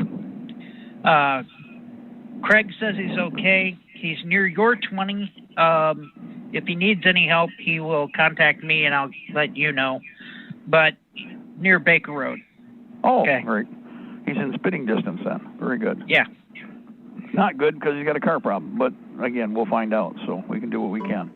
Another thing here real quick, that's why, again, metals, steel, chunks of metal, anything that gets cut off of something, granted, we used to send it to the scrapyard. I used to send rusty stuff, but We're not getting that much money right now. So instead, cans are saved for all kinds of projects, and especially when you have a nice uniform can where you can take and make a cutout of plywood, whatever you want. You've gotten away with scrap plywood. You take one of those hole cutters, the same dimension as the inside of, say, a soup can, and you crank out a whole 100 of those, and then you drill a hole in the center, and then you come up with ways to stuff and fill whatever's in the can, and you have yourself a uniform, almost completely weatherized containment vessel for whatever you want to make. The real cool cans right now that are best for, again, solutions in the future are the forged cans that are all one piece, that have a solid base and you typically only open them from one end, right? And everyone goes, man, there's only one way to open these. Yes, that's true. But if you're making improvised munitions, those cans offer an optimal and minimal probability of cross-contamination from moisture because they are a bell. Y'all ever look at that? Guys, other people would just we'd have hugged whoever invented those things, depending on what battlefield they were on. Oh, man, these are great. Yeah, I know. And by the way, you can even recant them with other metals, and there's every number of different ways that people reattach a top to those. And as far as how they activate them, matter of the creative mind. But cans are good, because down the road, cans are, well, you're going to be throwing cans at people. Or you're going to be setting them in front of them, and you're going to hit a little switch, and they're going to go bop. And that's going to be about all she wrote on that one. Pop, pop. And we aren't Iraqis, although we can be very creative. So on the one hand, people say, well, you're not like the Iraqis. Yeah, you're right. We've had more time to train, and we've actually done this stuff. So unlike the Iraqis, we've been making sure everybody and anybody has the working knowledge and sharing creative ideas and base ideas for just components and material. Look at everything out there. How would I use it for something else? Oh, and by the way, you can put a hole in the end of the can and use it for a cheap telephone when the time comes. You did that when you were a kid, right? Yeah. Otherwise, last but not least, I will say again, AIM Surplus. And guys, I hope our people get this stuff first. AIM Surplus did get a little batch of Preview Partisan product in. There is some 380 auto and 32. I'd be willing to bet the 380 auto is probably at the last leg already, if not gone. But there has been some really nice PPU 32 hollow point. I hadn't seen this before, but apparently they got some of this in on the docks. This stuff just didn't show up in the country. This stuff has been waiting to be processed. Whatever you're buying now, when it finally shows up at the store, this is stuff that has just gone through customs. It's finally finished custom seal, and it's now on the market. And that means it was bought months ago or even a year ago. You never know. It's just purely a matter of what was the person that was handling how did he acquire it. The 380 auto was Ball, and there is also some Wolf 45 ACP and some Tula 45 ACP Ball. It's not cheap, but it's not the most expensive either. And I know it's steel case, and some of your guns don't like that. Most of your 1911 should have a problem handling it. All of your heavy carbines, anything you got that takes a real, hammer strike, a major strike, steel case will work just fine. And in some ways, actually helps to create a stronger safety condition. Just something to think about there. Steel case is pretty tough. It is pretty tough. That's why some people have a problem, because it doesn't give the way the other malleable metals do, even though it's not the strongest of steel that they're using. It's not super high carbon tool quality. It's pot metal. We know that. The other thing here, again, there is some 7mm, there is some 8mm Lebel, and it's weird. That's some of the stuff that came in. There is no 7.65 Argentina so far that we've seen, but that doesn't mean that couldn't change with the next wave of stuff. So if you have any of the orphan rifle calibers, this is a chance for you to still pick up, and I got to compliment them. AIM and Classic, they didn't go crazy on the price. The 7mm was $14 a box, as we mentioned. The 8mm is $14 to $16 a box, depending on who you buy from, and that's not bad. That hasn't gone up at all from what it was before everybody started scarfing everything and vacuuming up the ammo. So whoever's doing that, they're being reasonable. They're, I'm sure, still making a very healthy profit. They should. We want them to make a profit. We want them to be in business, and we want them to get more so they can stay in business. Don't complain about a resource. Instead, the only thing they'll even tell you, I've talked to every one of these arms dealers, I said, yeah, the problem is that they're jacking the price overseas now. So the first example of this is the latest batch of 762 by 39 coming in. That's one of the Bear family, is almost 60 cents a round, whereas the other stuff still sitting on the shelf from the same manufacturer is under 30 cents a round. You don't think so? Go shop the market right now. Now, what you're seeing where it's more expensive is because when they go out to try and replace it, the price is almost doubled. That's what's happened. So they have to, in turn, maintain their all it's doing is reflecting their standard formula when it goes from wholesale to retail, what the price will be. Don't go fanatic on anybody. They can't do anything about this. This is purely the Oi Boys and the other ones that run and manipulate the market on arms, like everything else. They can see the writing on the wall, and it's a seller's market. It's that simple. That's what happens in wartime. And yes, everybody laments about profiteering. Damn straight, we've told you about this. There are people, the scurrilous turds that are overseas are even worse than anything you will find here. Although there are some people here that can be scallywags too. The real scallywags are just like the international kosher banker trash. In fact, it's the same batch of people. Let's not make any mistake. I am fully cognizant of who it is that's pushing arms, because they don't let anybody else into the business. They can help it. Oi, Gewalt. If you watch that one thing about, that was the anti-arms dealer, thing, if you pay attention, everybody who was dealing in the arms are all Jewish. Didn't you notice that? Oh, my goodness, he's getting traded with women and drugs, and warlords are evil, and, blah, blah, blah. Yeah, but who was he, and what was their background? What were they all doing and dealing in? Yeah, I hope you were paying attention when you watched that movie. Was it God of War or whatever? I don't think of the name, but I think it's God of War. Anyway, we are at the top just about, and we have a lot of work to do because, again, what we're buying to build, well, you can build refrigerators, you can build hardware, you can build auto parts. When you have the machinery, you can build anything you darn well need, but you got to have the machinery on the shelf, and we have to start somewhere, and we got to build up fast. So anything that you can do to help is going to make a difference, contrary to what you might think, or some lame is going to try and, pick in your ear. We need your help. We need to work together because we have a mutual liberty interest. So let's get the job accomplished. I know we got a lot of good people out there that have some experience. Take your time, share what you can, build up people in your area. And, you can lure a lot of people into doing the right thing by making it fun. There's a lot of fun stuff you can do to make people, it'll teach people things, and they get motivated that way. And then when they learn, they typically don't lose that knowledge. They may not use it all the time, but at least it's stored away in another organic data bank. And that's what needs to happen. We should hear the music. We are at the top for everybody out there. Craig from Forbidden Knowledge will be coming up next, but it will be a pre-broadcast, a former broadcast. And we will be coming back up at 8 o'clock. Don't forget that you can listen to all of our live programming on Liberty Tree Radio on YouTube, the YouTube channel.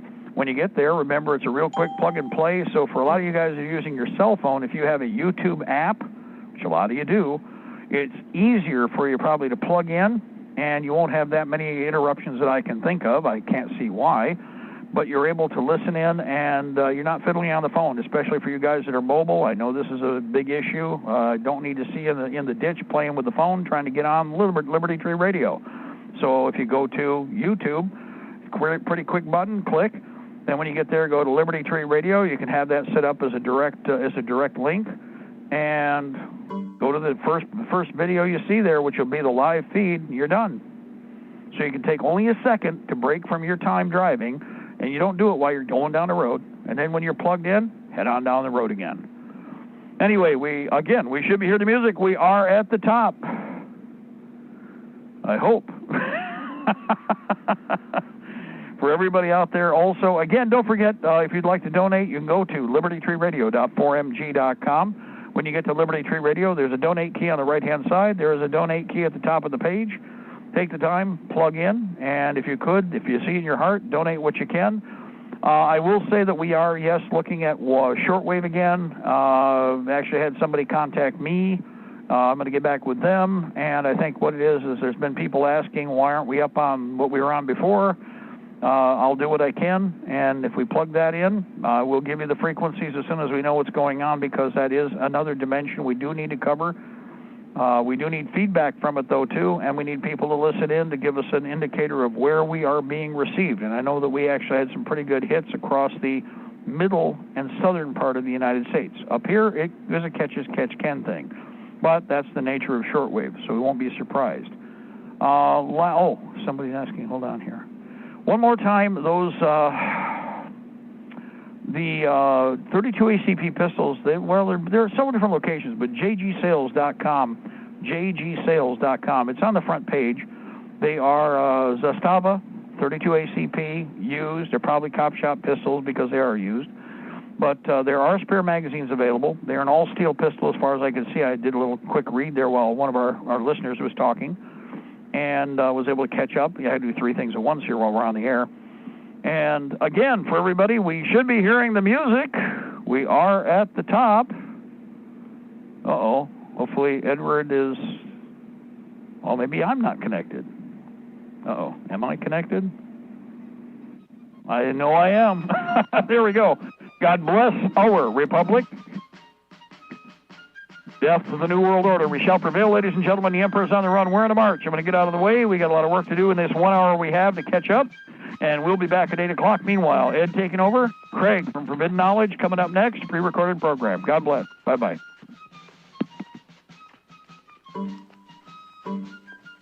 This session is no longer being recorded.